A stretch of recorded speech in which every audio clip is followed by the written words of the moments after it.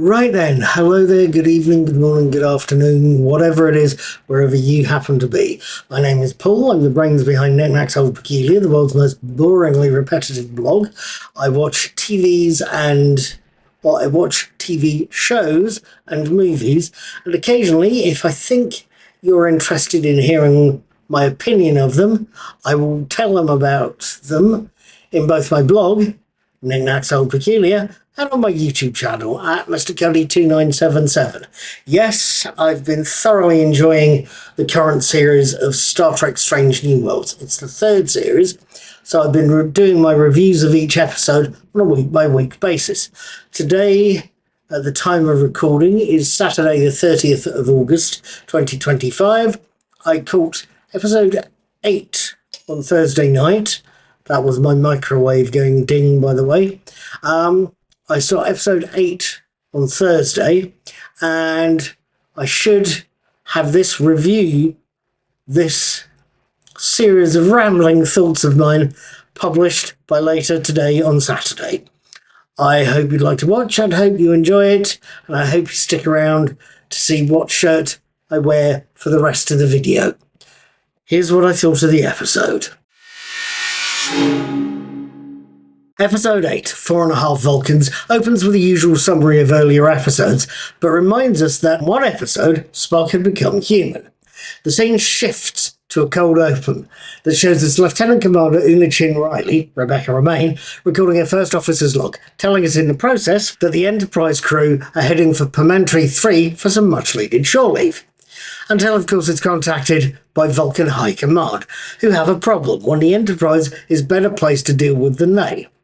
The Vulcans need an Enterprise landing party to visit the planet Tizar, one contacted by the Vulcans before the formation of the Federation itself, in order to repair an energy plant.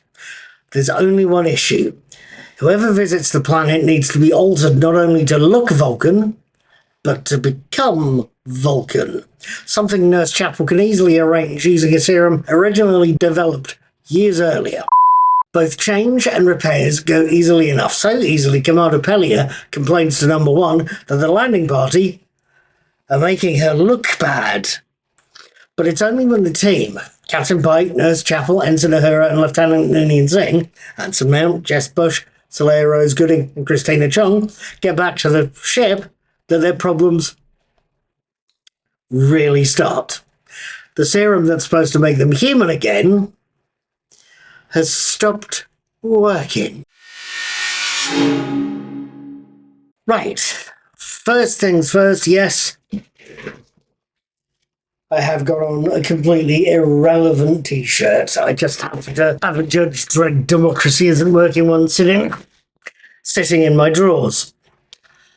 That is literally a very irrelevant thing. What is relevant is, what did I make 4.5 Vulcans? I can hear you asking me what the plot is. I can hear you saying, Paul, boil the plot down for me. That is easy. It's a Star Trek variation on Freaky Friday, a variation on the first season episode, Spock Amok. But where Freaky Friday and Spock Amok sees two people switching bodies, 4.5 Vulcans sees 4 humans becoming Vulcans. Pike becomes a micromanaging middle manager. Chapel dumps her entire social group so she can concentrate on work. Uhura turns into the gaslighting girlfriend from hell, and La'an, with her augmented family genes, turns out to be a warmongering Romulan obsessed with upgrading the ship's weapons and grinning evilly while she does so. Things are getting both desperate, and are desperate enough that Una Chin Riley decides she has to go for help from her ex-Vulcan boyfriend, Doug. You can tell that's going to be an interesting set of events, can't you? There's a couple of other elements in the story that caught my attention.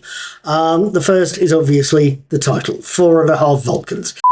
It tells us that all 4 human members of the landing party become biologically Vulcan, while Spock, the only Vulcan member of the team, is still half human. It's played for laugh, but also with a certain amount of pathos as well.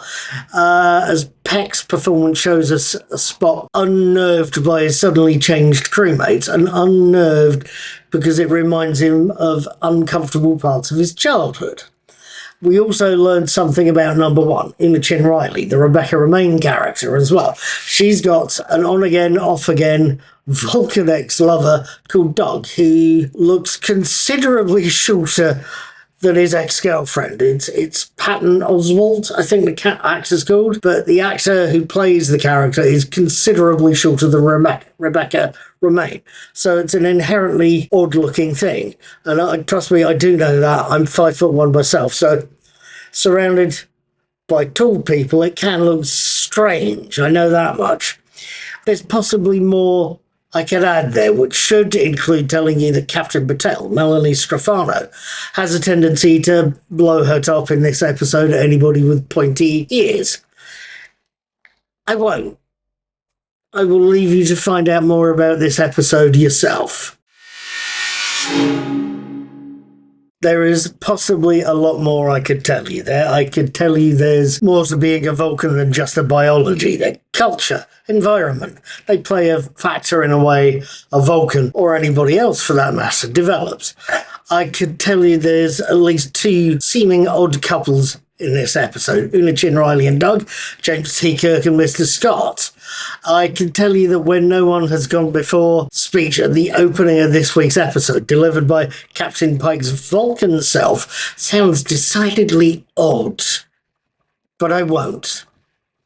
Instead, I will tell you this, that 4.5 Vulcans is no intense drama, like the Salat Who Ate Its Tail. It's no message episode like What is Starfleet? No.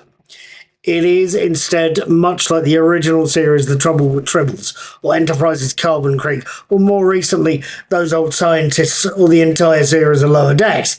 It's something that Star Trek does very well when it's of a mind to. It's comedy. It's a Star Trek comedy episode, and it's a Star Trek comedy episode at its finest. And it's one, quite simply, I think you should watch. You will be laughing at the end of it. Right then, folks, that is where I'm going to leave things for this week. But before I go, I'm going to ask you a few things and then tell you something. I'm going to ask you to subscribe and like this video if you like the video and like what you see of the channel. I do a lot of stuff apart from TV reviews. I do movie reviews as well, as and when I get to see them. I do the daily teaser quiz as well, which can be quite fun, I'm told. I'm also going to ask you if you'd like to help keep the channel going, to put a few pence in my tip jar. I'll have it in the corner there, and I'll also try and put the link in the comment section under this video.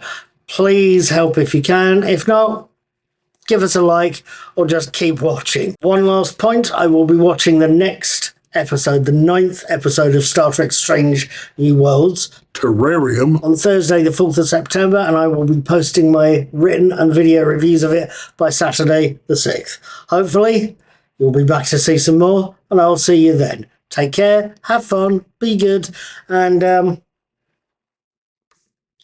be seeing you.